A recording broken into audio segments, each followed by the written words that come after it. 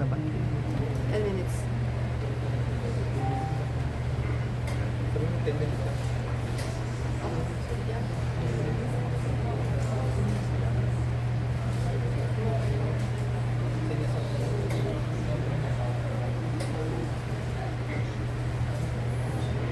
Oh, time out daw muna. Okay na? 15 minutes pa po. 15 minutes pa. Okay, sige. Okay, let's discuss first the works of the Holy Spirit. Ang sabi ko diyan in John chapter 6 verse 63, no? In next slide, sabi niya, the Spirit gives life, the flesh counts for nothing, but the words I have spoken to you, they are full of the Spirit, and they are life. No, napakaganda po ng salita ng Diyos. No? Ako'y nai-inlove sa mga ganitong salita, no, ng Panginoon. Sabi diyan, the Spirit gives life. The flesh count for nothing. The words that I have spoken to you, they are full of Spirit and life. And they are life. Sa ibang translation po yan. Now, sabi ko kanina, in next slide, sabi yan, the most important person on the earth is the Holy Spirit. The Holy Spirit is a living spirit being, the third person of the Godhead.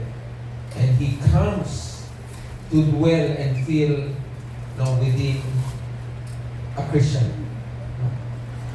So isang Kristiyano.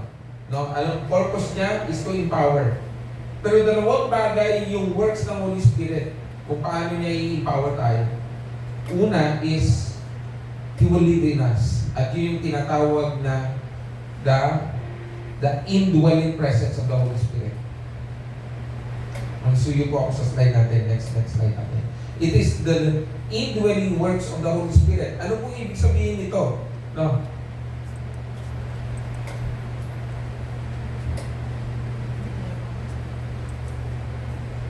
Sabi diyan, what happens when there is an indwelling presence of the Holy Spirit? And sabi po diyan in John chapter 14 verse 16 to 17, in next slide, sabi diyan, and I will pray to the Father, and He shall give you another comforter, that He may abide with you forever. He may abide. Notice niyo po yung keyword, abide. No. In other translation is to dwell. He will dwell in you. Kaya natawag po siyang indwelling presence of the Holy Spirit. No. Even the Spirit of truth whom the world cannot receive, because it saith Him not, no, neither knoweth Him, but you will know Him, for He will dwell with you, and He shall be in you. Dalawang purpose. One is to dwell, and another is to be in you, to live in you. To be in you. No. So dalawang yun. No, una is, makita po natin yung indwelling presence. Yung pangalawa po is the infilling works of the Holy Spirit or indwelling presence of the Holy Spirit. Magkaiba po yung indwelling, magkaiba din po yung infilling. No. Magkaiba po yan, yung the works ng Holy Spirit. So ibig sabihin ng indwelling is He will dwell in us. The moment na in-accept po natin si Jesus as our Lord and personal Savior, the Holy Spirit comes into us.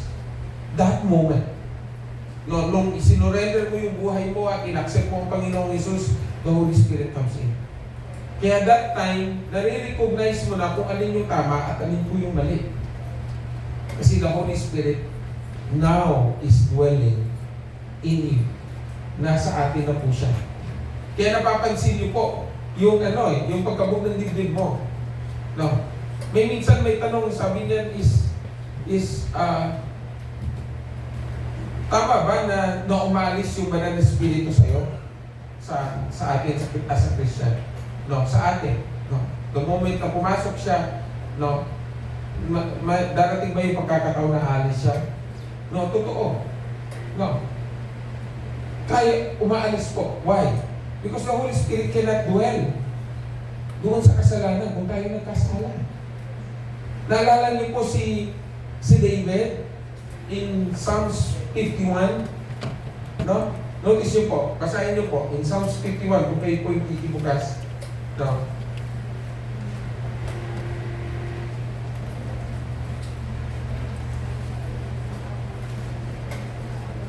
So, nung nagkasala si David, napansin niya na umalis yung banal na spirito. Bakit? Tingnan niyo po yung kanyang hinagpis.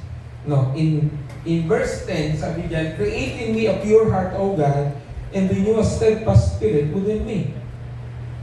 No. So dito pa lang nararamdaman niya na, no. Sabi niya in verse 11, "Do not cast me from your presence or take your Holy Spirit from me."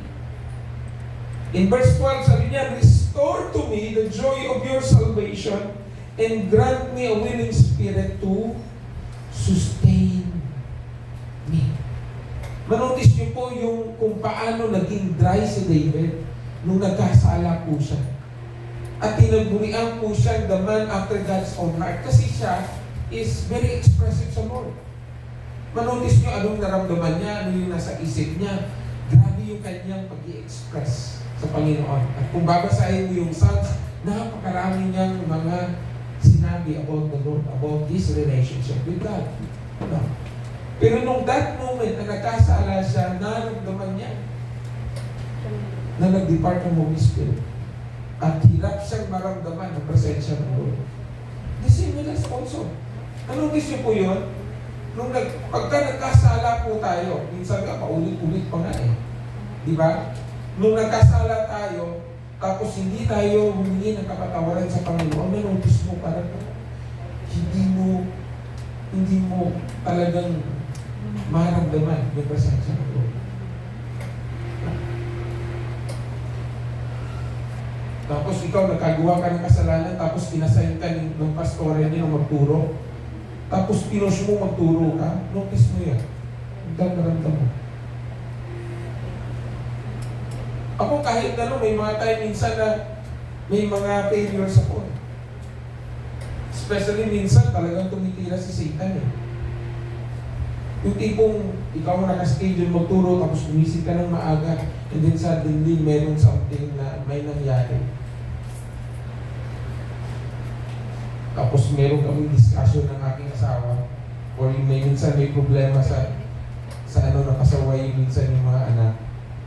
Minsan nakakapagsalita ka ng hindi tamang salita. No. Alam niyo po, umiyak ako noon. Daming beses minsan. No? Umiyak ako, "Lord, sorry." Why? Because ramdam ni David na nung nagkasala siya, nasaktan niya yung Panginoon. Ramdam niya, durog yung puso niya. Kaya na-notice niyo po sa susunod na verse, sabi niya, "Then I will teach transgressor your ways, and sinners will turn back to you. Save me from the blood guilt, O God, the God who saves me, and my tongue will sing your righteousness." Sabi niya, you do not delight in sacrifice, for I would bring it. You do not take pleasures in burnt offerings. The sacrifices of God are a broken spirit, a broken and contrite heart. O God, you will not despise. Kahit pansinin niyo po sa previous na verse, sabi niya doon sabi niya sa verse 6, "Surely you desire truth in inner parts. You teach me wisdom, in the inmost place. Cleanse me." Sabi niya, "With hyssop and I will be clean. Wash me and I will be whiter than snow." Sabi niya, "Let me hear joy and gladness." Sabi niya, "Let me hear joy and gladness. Let the bones you have crushed rejoice." Makayo, ramdam niya, pati bones niya ay dry na dry. Spiritual, inside, is dry na dry because the Holy Spirit left. Why? Because the Holy Spirit cannot dwell. You need to choose your master. You want the flesh, the spirit of Satan? Or you want me, the spirit of God? You need to choose. If you dwell in sin, then the Holy Spirit will come. Kaya na-notice nyo po sa Bible, pero sa New Testament, sabi niya, gusto kong bumait, pero hindi ko magawa. Nung pinara-praise ko lang po. No, pero ang sabi po doon is, yung dapat kong gawin, hindi ko ginawa. Pero yung hindi ko dapat gawin, bakit ko ginagawa? Nakuha niyo po? Because nagbabattle the spirit of Satan and the spirit of God. And it is a choice to make with the person, with the believer. If you want to choose the flesh or the spirit. Kaya napakahalaga na kailangan palakasin yung spirit po natin. Kasi kung magiging weak siya, tatalunin siya ng flesh. Kaya sa simple lang na ititempt ka, then suddenly may nakita ka lang something, then suddenly, no? Pag in-entertain mo yun, mag-dwell ka, then mapufall ka sa kasalanan. Kaya nga yung kasalanan, yung temptation, hindi dapat hinaharap eh. Yung problema, dapat mong harapin. No? Pero yung temptation, anong ginawa ni Joseph? Tinakbuhan niya. Kasi darating yung time na magiging weak yung spirit. At paulit-ulit na itatrap ka ni Satan hanggang na ma-fall ka. Pag na-fall ka, then magiging stronghold yun at hindi ka na basta-basta makakawala. Okay, nakuha niyo po mga kapatid. Kaya napakahalaga yung Holy Spirit. No. But the decision to make is nasa atin. Hindi sa Kanya. Kaya napakaganda yung talagang nung time na nakilala mo Panginoon. Kaya manotice mo, siya yung naging direction. He will guide you. He will assist you. He will lead you. No, He will direct you. Siya talaga. Paano pa kaya kung wala yung Holy Spirit sa atin? Anong mangyayari? Wala na yung conviction. No, imagine yourself without the Holy Spirit, hindi dumating ang Panginoong Yesus dito sa lupa. Mananatili tayong katulad ng mga Israelites during the Old Testament times.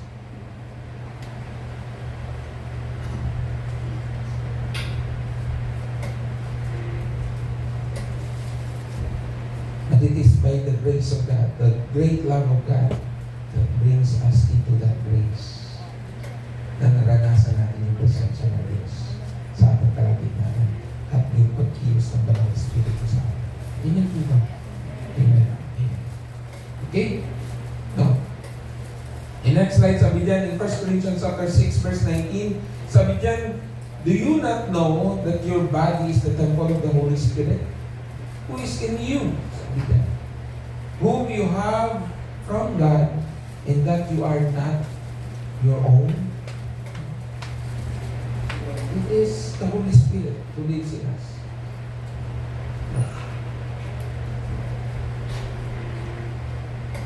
Just as God dwelt in the tabernacle during the Old Testament times, the Spirit of God dwells in our bodies as in the New Covenant, under the New Covenant. Kaya ngayon, wala na yung hindi na dapat tayo nagsasakripisyo. Notice nyo po, wala na yun. Hindi na tayo naging panatiko kasi yun yung ginagawa doon in the Old Testament times.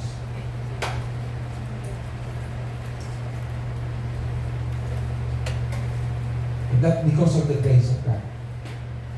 Because that is represented by the Lord Jesus Christ. And as the Father comes, He introduces us, the Lord Jesus Christ introduces us to the Holy Spirit. Okay? So sabi diyan, Jesus declares in John 3:3, sabi diyan, unless one is born again, he cannot see the kingdom of God. So Jesus later explains, sabi diyan, to be born again means to be born of the Spirit. Where the Spirit of God dwells in the believer. So God Himself resides inside our earthly body. God is God's Spirit, guiding our spirit. Para pinaprapraise na po natin No, kita po natin yan in Romans chapter 6, chapter 26 to 27. Now, anong ginagawa ng Holy Spirit? Now, isa-isahin po natin bago tayo magtapos dito sa works of the Holy Spirit. Sabi niya, number 1, He lives and abides with us. Kita po natin yan sa John 14:16 to 17. Nung binasa natin na kanina, sabi niyan, that He lives and abides with you. And now later will be in you. No, abides in us and later will be in you. No. So John 7 verse 5 to 7. No, nakita natin yung kanina, the three persons exist, for there are three that bear records in heaven, no, the Father, the Word, and the Holy Spirit. And these three are one. No, hindi notice niyo po, no, i-ano ko lang yung mga parte nila. No, God the Father abides in omnipresence, is everywhere at all times. Nakikita niyo po tayo. No. The Son is the manifest, physical, tangible presence of God. No. He introduces us to Jesus. And the Holy Spirit is the indwelling presence and infilling presence of God. Kita mo yung pagkakaiba ng kanilang mga functions. Next slide, sabi dyan, when the Holy Spirit abides in us, there is a counselor, teacher that living inside of us. He will be the one that will comfort us. He will speak to us. He will convict us. He will help us to pray, to worship and heal the sick. He uses us to heal the sick. Pangalawa, next is sabi dyan, He convicts us. Ano siya nagkukonvict? Sabi dyan, He convicts us with our sins that leads us into repentance. Genuine repentance. Pansinin niyo po, kung walang Holy Spirit na magkukonvict, kaya mo bang i-humble down yung sarili mo, kung humble yourself at maligluhod-luhod katawanin niyo po? Kasi yung tao, nature ng tao is minsan mapagmataas. Pag wala yung conviction ng Holy Spirit, ang hirap mo i-humble. Kasi yun. Kaya ang sabi nga is, the key to spiritual revival, the first key, pinakauna, is humility. Kasi kung wala yun, hindi mo kaya mag-pray. Hindi mo kaya mag-pray ng talagang a genuine prayer. Na isusuko mo yung sarili mo at magka-cry out ka sa Lord, Lord, do it again. Revive me, refresh me, restore. Wala yung total surrender na tinatawag. Hindi mo kaya mag-surrender kung wala yung humility. Pangit man yung tingin, yung word na surrender. Kasi ibig sabihin you lose something. O nakagawa ka ng bagay na hindi ka nais-nais na kailangan mong sumuko. Pangit yun sa paningin ng mundo. Pero sa paningin ng Diyos, it is very precious. Because you will learn to humble yourself. Nasasabihin mo, Lord, hindi ko po kaya. Kailangan ko po kayo. Amen. Very important. So He convicts us and lead us into the right path. John 18 verse 6 to 33, para i-ano lang natin. Sabi niya, but when He, the Spirit of truth comes, He will guide you into all truth. Number 3 po, is He will help us to worship. He will help us to come to the Lord. And help us. Sabi diyan in John 4 verse 23, yet the time is coming and now has come, so when the true worshiper will worship the Father in spirit and in truth. For they are the kind of worshiper that the fathers seek. No. We cannot worship unless we have the Spirit. We have inside of us the Spirit. Notice nyo po yung atin, meron tayong tinatawag na soul. May heart tayo, may spirit being tayo. Pero kung i-ano mo siya, iintindihin mo, parang napakahirap intindihin. May soul. Ano ba yung soul? Kaluluwa. Ano yung puso? Tapos, yung spirit. No? Yung kaluluwa at spirit. Ano ba yung, ano sa Tagalog yung spirit? Ano lumating? Spirito. Sorry. Wala na ako. No? Spirito. No? So may terminology siya. Pero kung titingnan mo, hindi mo magkakapareho lang yun. Paano mo ba siya, paano na ipaprocess inside? Di ba? No? Kaya minsan naguguluhan ako eh. No? Kasi meron akong, dati pinag-aaralan ko yung reaction process. Yung response ng heart, tapos yung mind kung paano niya ipaprocess yung nararamdaman ng puso. And then yung katawan mag-a-act dahil doon sa decision ng mind. Nakuha niyo po, yan yung reaction process. No, halimbawa, nagulat ka. No, halimbawa, anong tawag doon? Anong tawag doon natin? Kinulot mo si kuya. No? Nagulat siya. No? Tapos sa sobrang galing, mapatukan ka niya. No? Nakita niyo po, kung hindi mag-iisip si kuya, mapapatukan ka niya.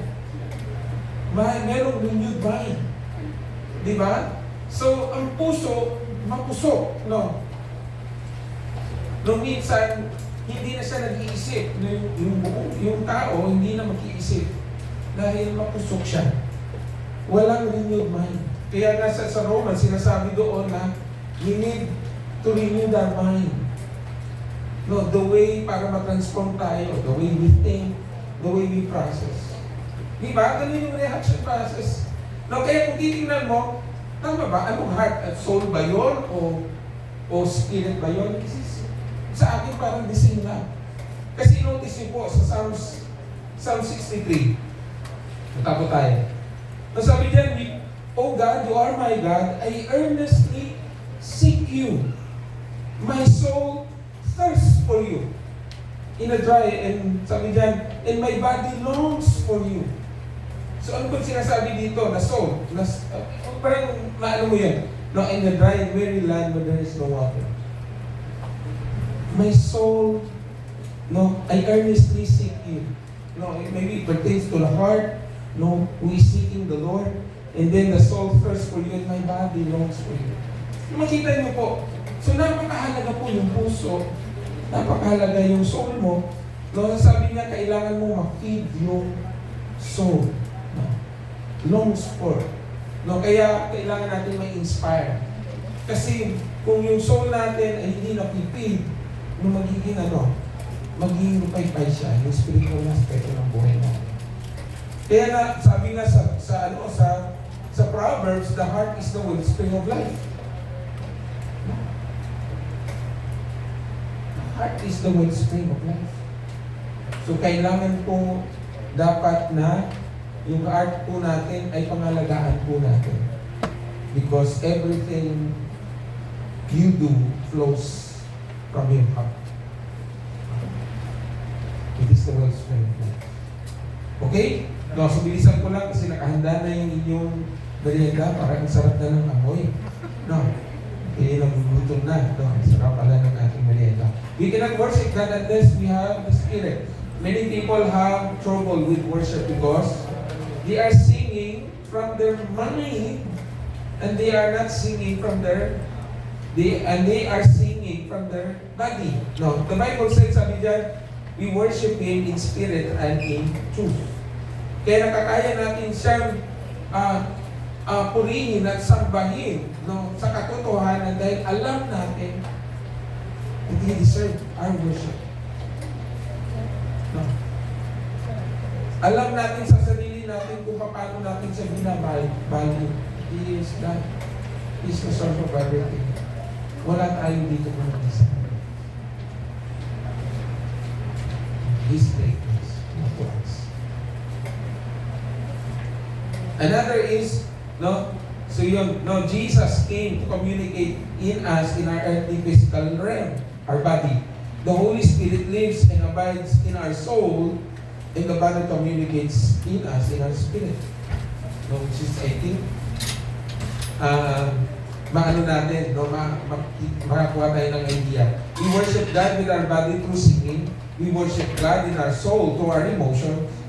And when we worship God with our spirit, we are connecting with God in such a way that you are receiving revelation of who He is or who God is in your life. Hindi lang tayo nag-worship sa Panginoon dahil lagi tayo nakakatanggap ng pagpapala. Lord, Lord, give me this one. Lord, give me. Lord, gusto ko to. Hindi po. Tayo po ay nag-grow at nagkakaroon ng intimate relationship with the Lord. No. By knowing for who He is in our lives and not for what He has to give to us.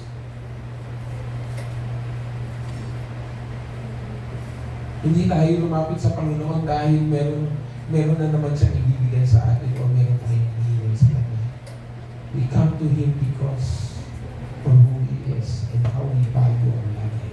Amen po ba? So napakahalaga po yun. When we worship God, there is a love affair that is taking place between you and God. Sabi nga sa Mark chapter 12 verse 30, love the Lord your God with all your heart, with all your soul, with all of your mind, and with all of your strength. That's how we worship God. Kaya ipaparaphrase po natin, worship the Lord your God with all of your heart, with all of your soul. Ano man yung laman ng isip mo. At ipa-worship ko siya ng buong lakas at sigla. Ang buong katawan po natin. And lastly po is He reminds and reveals. No, He reminds and reveals. He reminds us for what we've learned. No. Na halimbawa is may mga pagkakataon na minsan is na-fall tayo o na-detect tayo. He reminds us na dapat ito ay natutunan muna ng nakaraan. Hindi na dapat mahuhuli pang huli. No. He reminds us of our lessons. No. Kung kailan kanya kinubig, kung kailan kanya pinid. No. He reminds us. Yung during your devotional time, He reminds us with the Word na siya nagrema sa'yo. No? Kaya yun yung function ng Holy Spirit. No? He reveals the Lord's plans for us. Romans chapter 8 verse 14, sabi for those who live by the Spirit of God are children of God. No? No? So nare-reveal ko sa atin kung ano yung plano po ng Diyos sa atin. He reminds us of what we've learned. He reveals the Lord's plan. No? His plan to us. The deep things of God will be revealed to us with our communion with the Holy Spirit. But the problem is, if we did not meditate in the Word of God, ano mangyayari? Paano niya tayo i-remind kung wala naman siyang mga bagay na siyang nagrema sa iyo noon? No. So napakahalaga na tayo ay nag-meditate ng salita ng Panginoon. Sa oras ng pangangailangan, the Holy Spirit can remind us of something na kailangan natin pangawagan at magiging weapon po natin kasi at hindi tayo mapupot sa kasalanan. Amen pa? Amen. Okay. No, so we will talk about the ilan pa ba ito? No, malapit na. Tapusin ko na lang siguro bago tayo magmerienda yung infilling works of the Holy Spirit. No, next is the infilling works of the Holy Spirit, the infilling presence. Ano pong ibig sabihin nito? It's just to empower us. No. Ang ginawa ng Holy Spirit nung time na nakilala natin ang Panginoong Jesus and accept Him as our Lord and personal Savior, He guides us and directs us. He helps us to understand what is wrong and what is right. He gives us knowledge and understanding. No. Ay yung infilling is to give us godly wisdom. Ano yung gagawin mo sa mga pagkakataon na ikaw ay ginagamit ng Diyos? Bawa sa kanya, may mga ministry tayo, hindi power mo po tayo. So yung mga pastors is yun yung napakahalaga ng papel ng Holy Spirit, yung power. No? Hindi napakahirap po mag-aral ng salita ng Panginoon. No?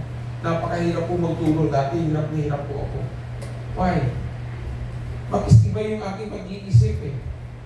No? Kaya po ba yung magturo? No? Napakahirap yata na magkikinig lang yung tao and then after that tapos na. Wala man lang nagrema sa mga pinag-aralan sa salita ng Panginoon. So napakahalaga yung merong ma-empower yung salita ng Panginoon at ma-deliver sa mga tao at ito yung magbibigay ng buhay. So yun po yung works ng Holy Spirit.